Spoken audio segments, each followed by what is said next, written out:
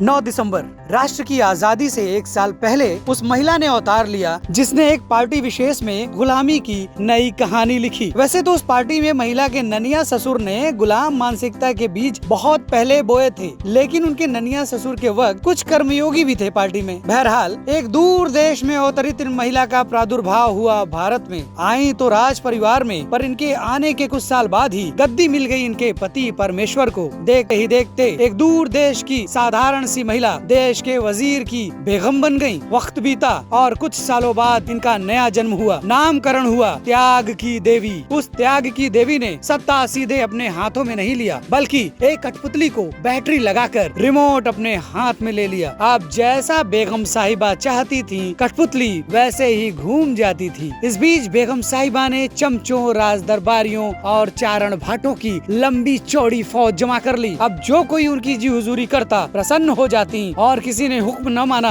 तो उसके बुरे दिन शुरू। उन त्याग की देवी ने अपने मंद बुद्धि पुत्र को राजपाट का उस्तरा दे दिया, साथ ही राज परिवार भी मनमानी करने लगा। महमूद गजनवी ने जैसे सोमनाथ को लूटा होगा, वैसे ही राष्ट्र में चारों ओर लूट ही लूट मच गई। कुछ अंधेर नगरी चौपट राजा जैसा, कहीं कोयला खाया गया तो कहीं तरंगों को ही बेच डाला गया। नस नस में राष्ट्रद्रोह का संचार किया जाने लगा। 60 सालों के बाद भी उस एक दशक तक लूटम पार्टी मची रही। तभी एक कर्मयोगी आया। त्राही कर रही राष्ट्र की जनता ने उस कर्मयोगी को राष्ट्र की कमान सौंपी और राष्ट्र धीरे धीरे प्रगति की राह पर बढ़ने लगा। पर सत्ता के लोभ में उन कथित त्याग की देवी ने राष्ट्र में रोड़े अटकाना नहीं छोड़ा और अपनी छवि के अनुरूप वो अपने चाटुकारों, देशद्रोही सिपह सालारों के साथ मिलकर षड्यंत्र पर षड्यंत्र रचती आ रही हैं। कभी वो पड़ोसी दुश्मनों के साथ खड़ी नजर आती हैं, तो कभी अपने राष्ट्र में आग लगवाती हैं, तो कभी फर्जी आंदोलन करवाती हैं। अब आप नाम मत पूछिएगा कि कौन है वो बेगम साहिबा,